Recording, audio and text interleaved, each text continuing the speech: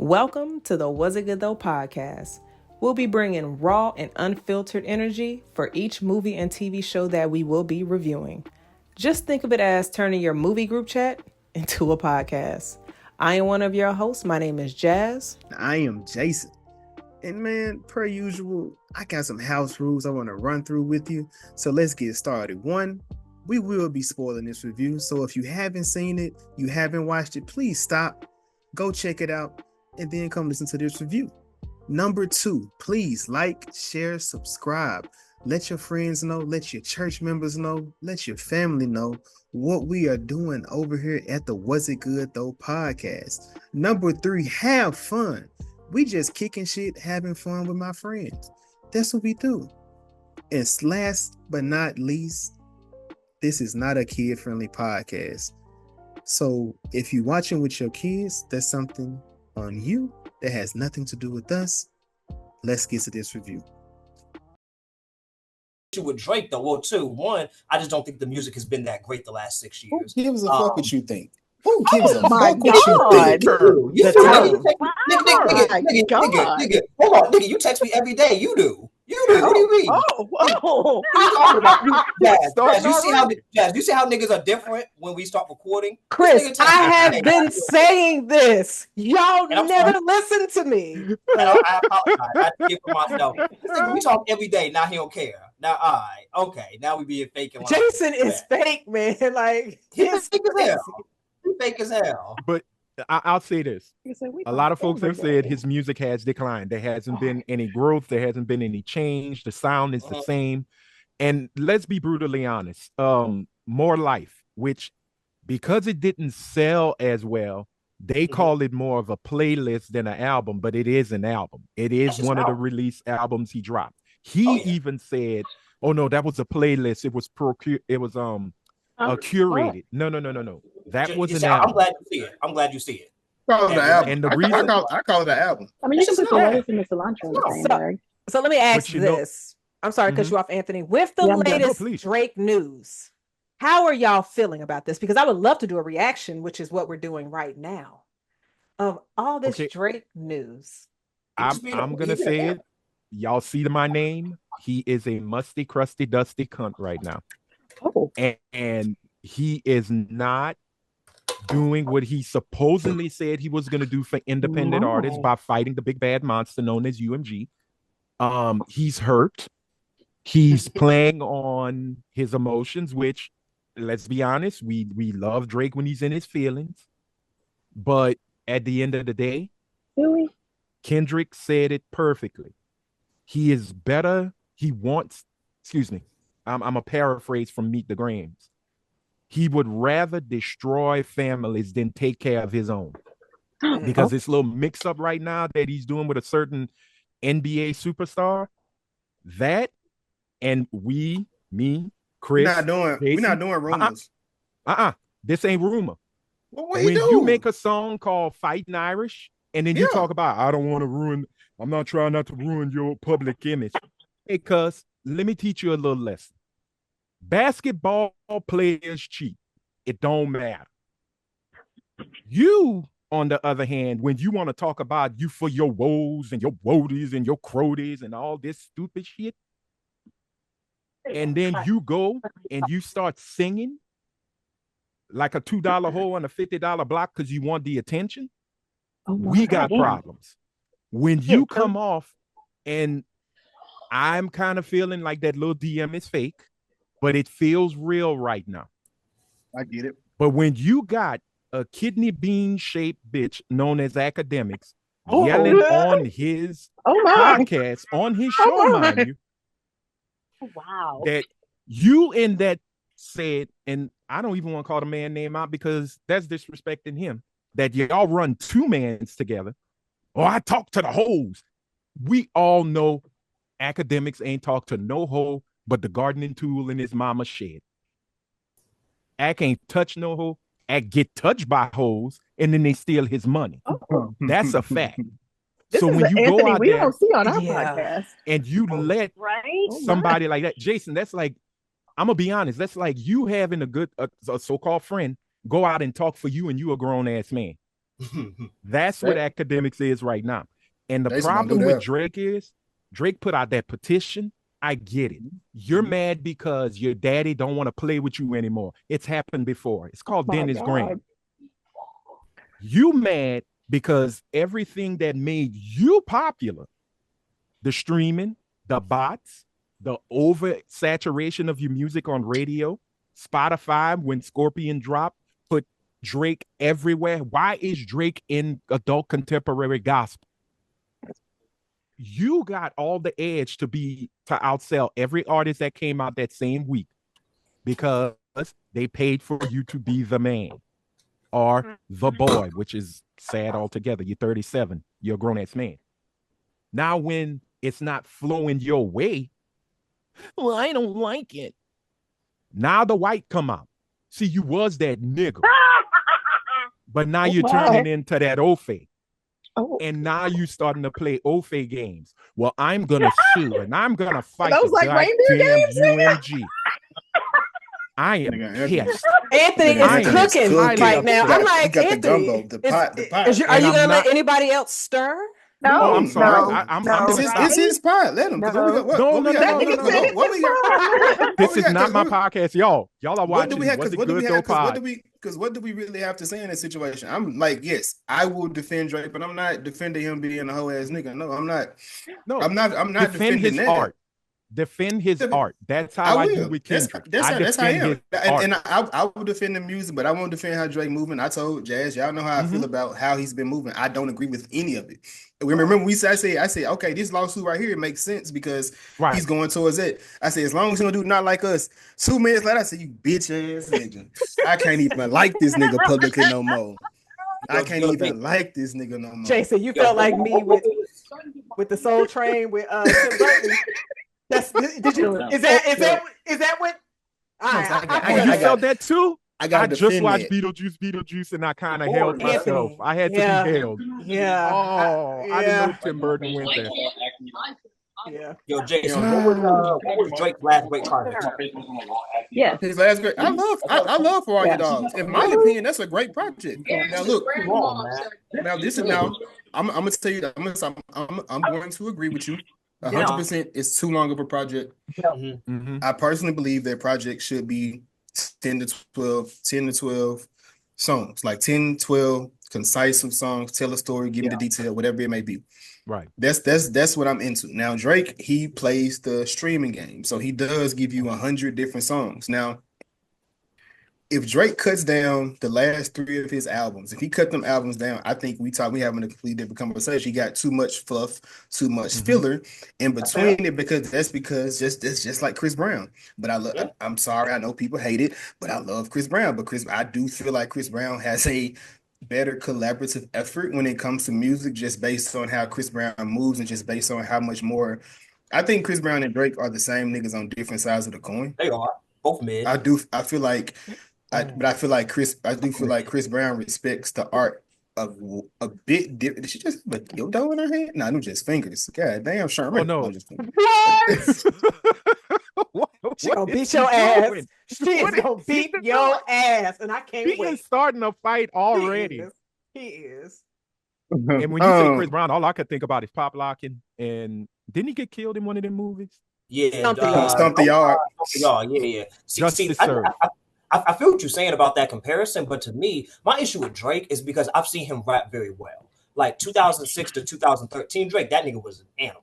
That nigga was, I can't deny him. But I feel like what you're saying, he just started oversaturating us. Like Anthony said, he cared more about the streams and the fluff. So it's almost like if a movie is 3 hours long and then the directors just start bullshitting. I can't say that, well, if you cut the movie in half, it would have been a classic. No, I got to judge it on what he gave us. And this nigga gives us long albums that are full of fluff. So I'm not going to just ignore the filler, and say, well, we cherry picked these songs. This is great. So like his last albums, to me, they've been kind of mid because it's too much. I'm with you that if he condensed it, it could, but he chose not to. So I'm going to criticize him harshly. So I did honestly never mind because, I'm kind of a house music kind of nigga. But even with that, I wouldn't say that was outstanding. I just like that he, took a chance. I would say I did think woke up a beast with that album though. You said what? He played with the wrong person when he dropped that album. He did. I mean, I'm not mad at him like shooting at niggas though. I just think the way that he went out. It no, wasn't she made the he went Beyonce. after. She made the Beyonce. Beyonce. But I don't believe that rumor. I'm gonna be honest with you. I don't believe that rumor because I feel like Beyonce would take the shot if it was an issue between them. She would have took the shot. But on Beyonce album that she dropped, one of the best songs on the album is the one Drake wrote. So I'm not putting too much into that. But I was going to ask you, Anthony, the one person that I do feel like is super relatable to Drake, as in how his run was Jay-Z. When Jay-Z dropped an album every year for for almost 8 or 9 years. Was it the same consensus when he was dropping albums like that, or was it a thing? Because I feel like Drake hit. I feel like Drake hit a little bit earlier than Jay-Z, so people kind of followed that. Like follow him a bit sooner because I feel like Jay-Z was always the shadow person. Then Hard Knock Life hit. Then like, who was this nigga? Then people went back because but you were a bit older, so now I knew all the music. I was a jukebox when I was in school. So the Black Album, I knew like the back of my hand when the song everybody hey da da da da. But I don't know what people felt about Jay-Z during those times. I wasn't there for the beef. I knew the songs, but I didn't know what that was really. Well, with Jay, this is the weirdest thing. Albums used to come out every 2 to 3 years because it took time to make that album, right? Jay-Z tried. The biggest thing with Jay-Z was that he dropped every year, right? But in a lot of ways, he was trying to catch up on what he had, kind of. I think he was a little bit further behind than everybody because Jay-Z, if you know his story, he started off as, a hype man for Jazzo. He did the whole speed rapping thing. Jay-Z was rapping back in 93, 94. He's on a Big Daddy Kane album, him and Old Dirty Bastard with Big Daddy Kane. So when he drops Reasonable Doubt, it's like, oh, okay, he's here.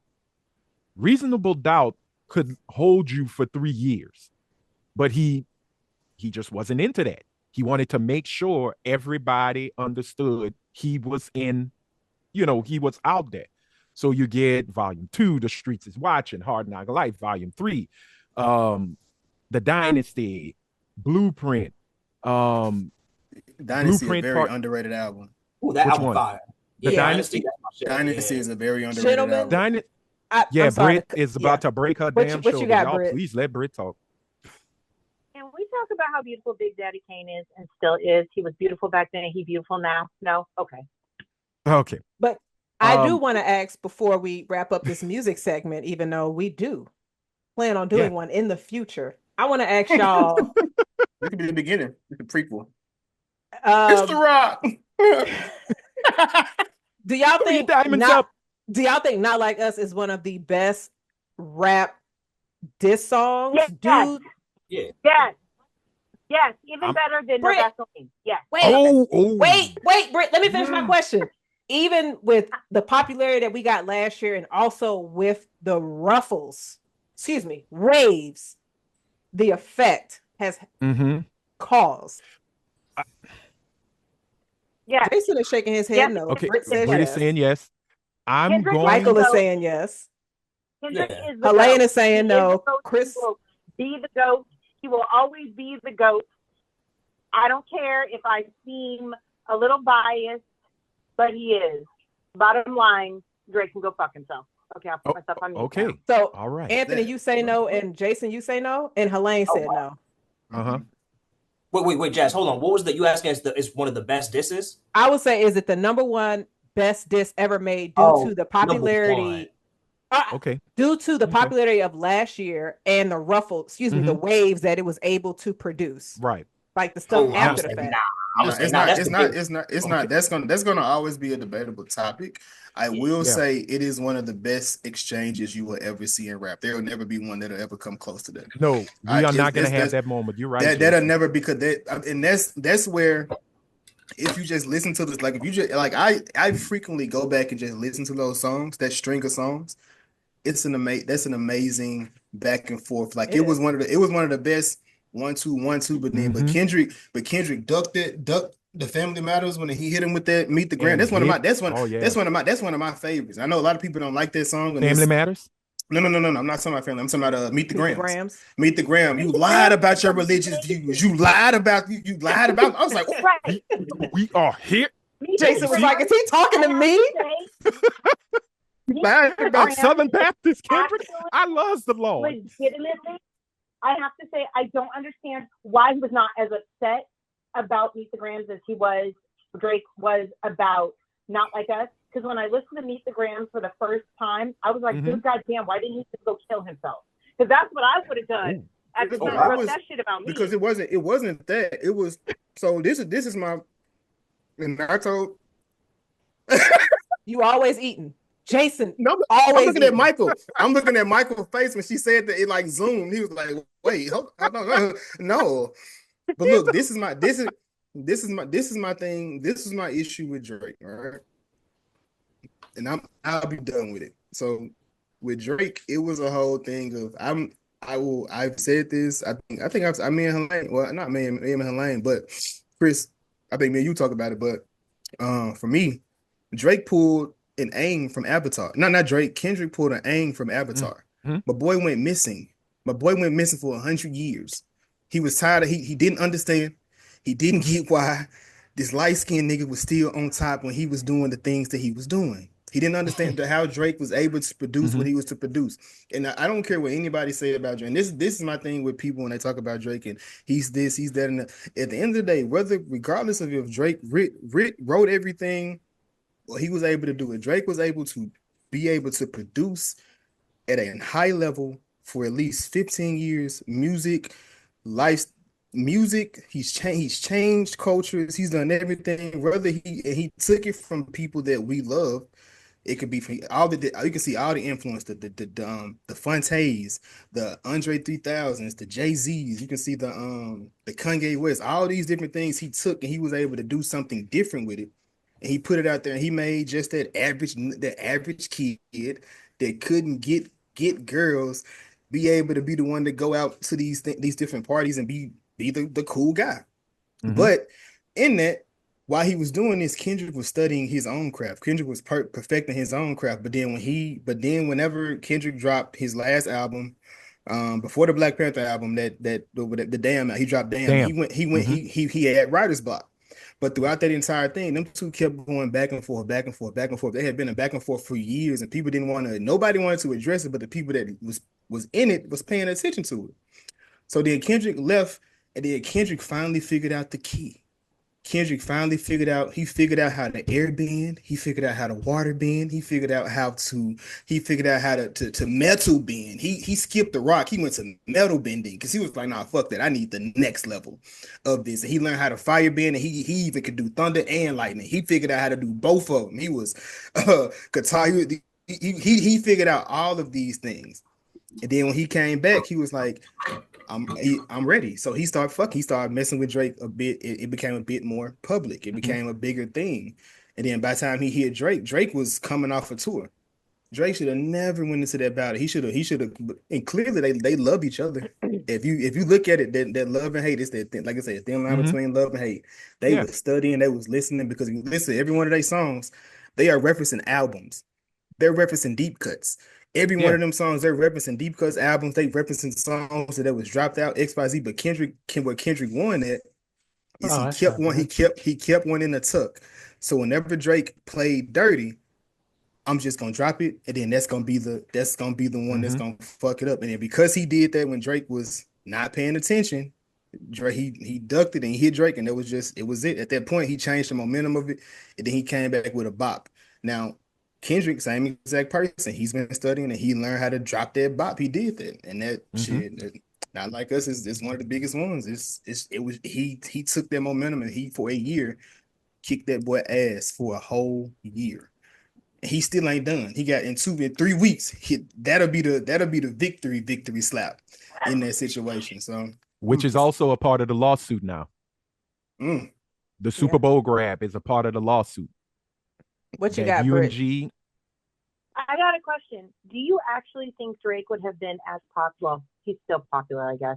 Do you think he would be as popular as he is if he wasn't so fucking light?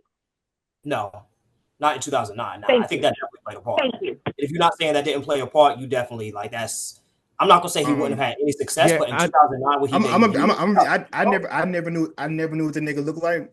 I was just like, man, who is this nigga that can sing and rap? This shit is so sexy to me. Yeah. Pause. Well, Hey, whoa, no, we're not gonna let that slide. What you mean it was sexy? I might have to take Advil because I'm getting a headache from this. Whoa. Him being on the grass seat helped him also. My nigga was moist. I couldn't afford the grass, so I ain't had them channels. I don't know nothing about that. I think Helene has a point. Him coming off of television, him being known by a lot of teenage girls. And I mean, look, if you go back and listen to Comeback Season and the classic among classics, So Far Gone, he had the recipe. He really did. He did. When he got to Cash Money and when he got with Jay Prince's son and all of that, Drake's biggest thing is Drake is a chameleon, but he's also a symbiote. And I've said this before. Wait, did you say simpleton? A symbiote. A symbiote, girl. Oh, I thought you said simpleton. Continue. That's your sick fantasy. But whatever he latches on to is what he becomes. Drake went to Houston. Drake was talking about swinging and banging on elbows, trues and vogues, right? He goes to New Orleans. He talking about he bouncing for the juvenile, right? He hits Atlanta. It's about the trap. Hell, the concept of the six had nothing to do with Toronto. Gucci Mane was the original six guy. Gucci was talking about the six. Boom, I'm going to use it. I'm going to put that on us. And that's fine because you're trying to make Toronto a spot. And Toronto's been in hip hop for a very long time, since the 80s. They have had it's not a big impact, but the DJs coming out of Toronto, they really pushed the culture. The biggest problem, as I've said before, with Drake has not been fully accepted by the culture he jumped in. And the reason being, he could have. He chose a different route. But then also, but I also think Wayne. I think Wayne was a big problem in that too. I feel like Wayne, Nicki, and Drake were their own demise in their own culture, just based on how they. Wayne was a big part of why he was so accepted by Black culture. Drake really did get the stamp of approval, and I'm not dissing the man's gender or anything. It's what women rappers did back in the 80s. No one was taking a female rapper serious until a male rapper said, no, she's down. That part. She's legit. The only one you really could say didn't need it was Queen Latifah. MC Lyte to an extent, but MC Lyte was with Audio 2 with Milk D. So if Milk say, Lyte is chilling, oh man, the MC Lyte is that girl. Latifah came out and did her thing like, yo, I don't need the boys. But at the end of the day, most of the female rappers back then needed. Hell, that came all the way up to Kim, Foxy. Yeah. Kim had Biggie. Foxy had Jay-Z. Yep. They all needed that stamp of approval. Eminem even needed a stamp of approval, even though Eminem was a damn dope-ass rapper back in Detroit. Nobody was going to accept him until Dre put beat to rhyme. But that's different because you have to remember he was a white boy. And to be a white rapper... So was Aubrey. Thank you.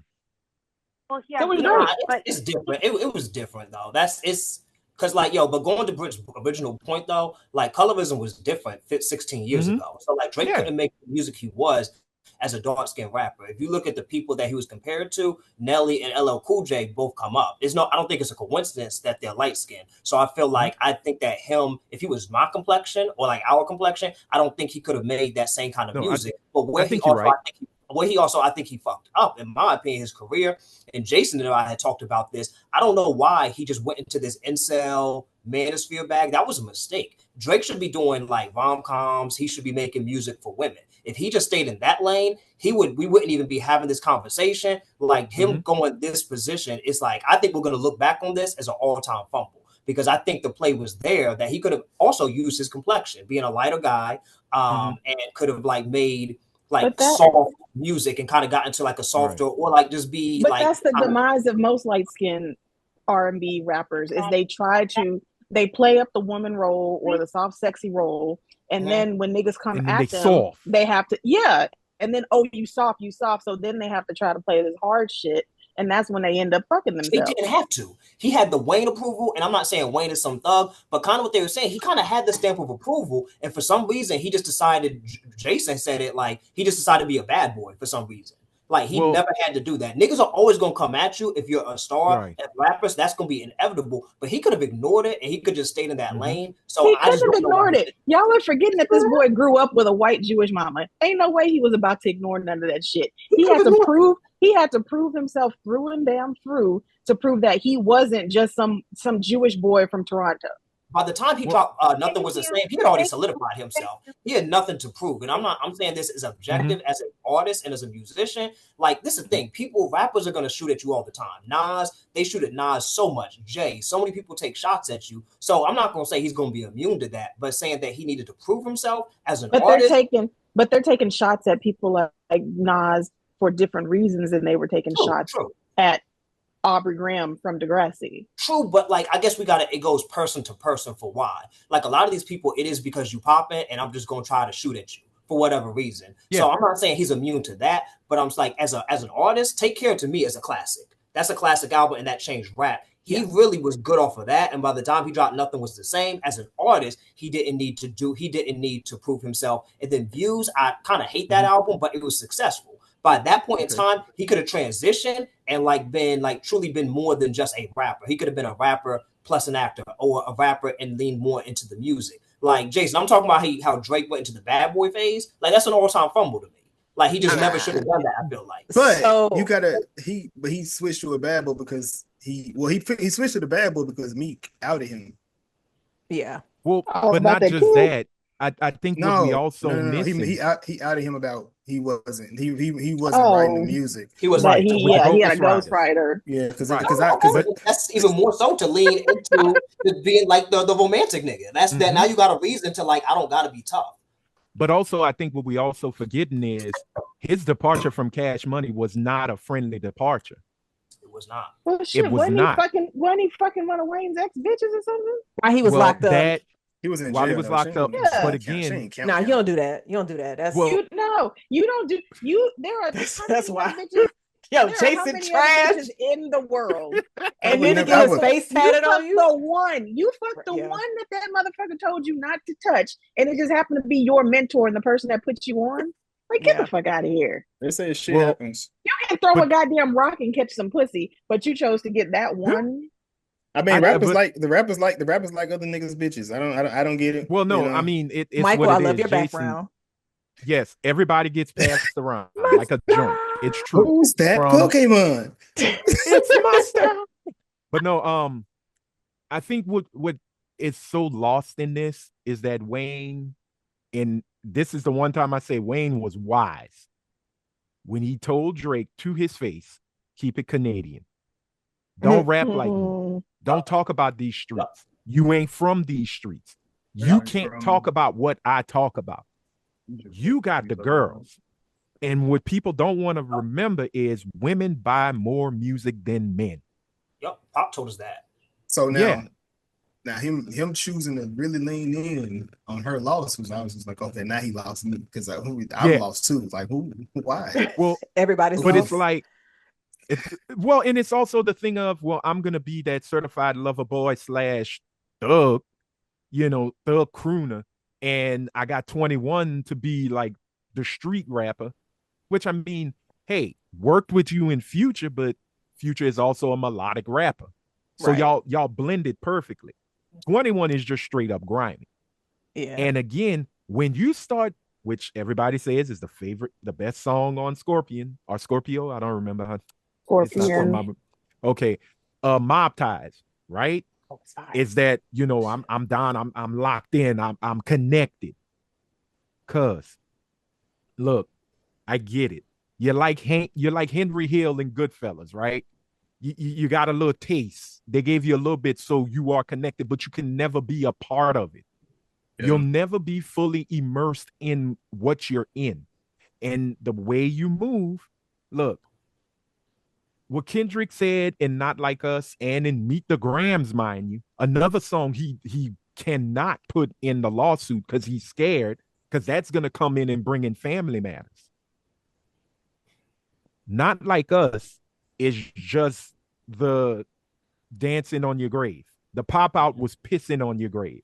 The Super Bowl is literally sticking a nuke on the tombstone and blowing up your grave. Your biggest problem is you had too many wins and you can't accept a loss. Pusha T, that was a loss, but it was a loss that was protected. Well, a loss that was hidden because when Jay Prince got on there and said, hey, man, look, the boy got a song that might destroy families here, so we ain't gonna do this.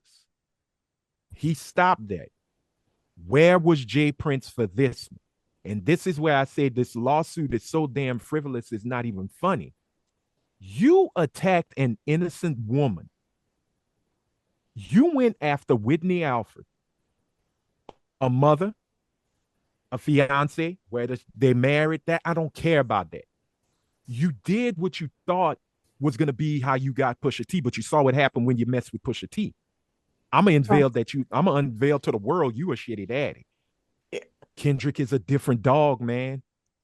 Kendrick is that kid you do not mess with, because when that single tier hit, that Riri tier, and he get that special edge strength, he gonna mess you up. That's why you don't go after Geminis. I don't think it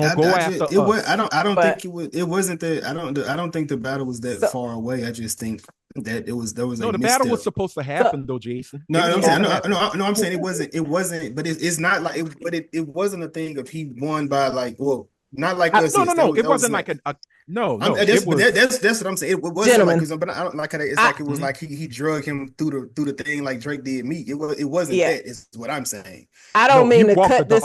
He walked the dog. I don't mean to cut this conversation short, but we are here to review something else.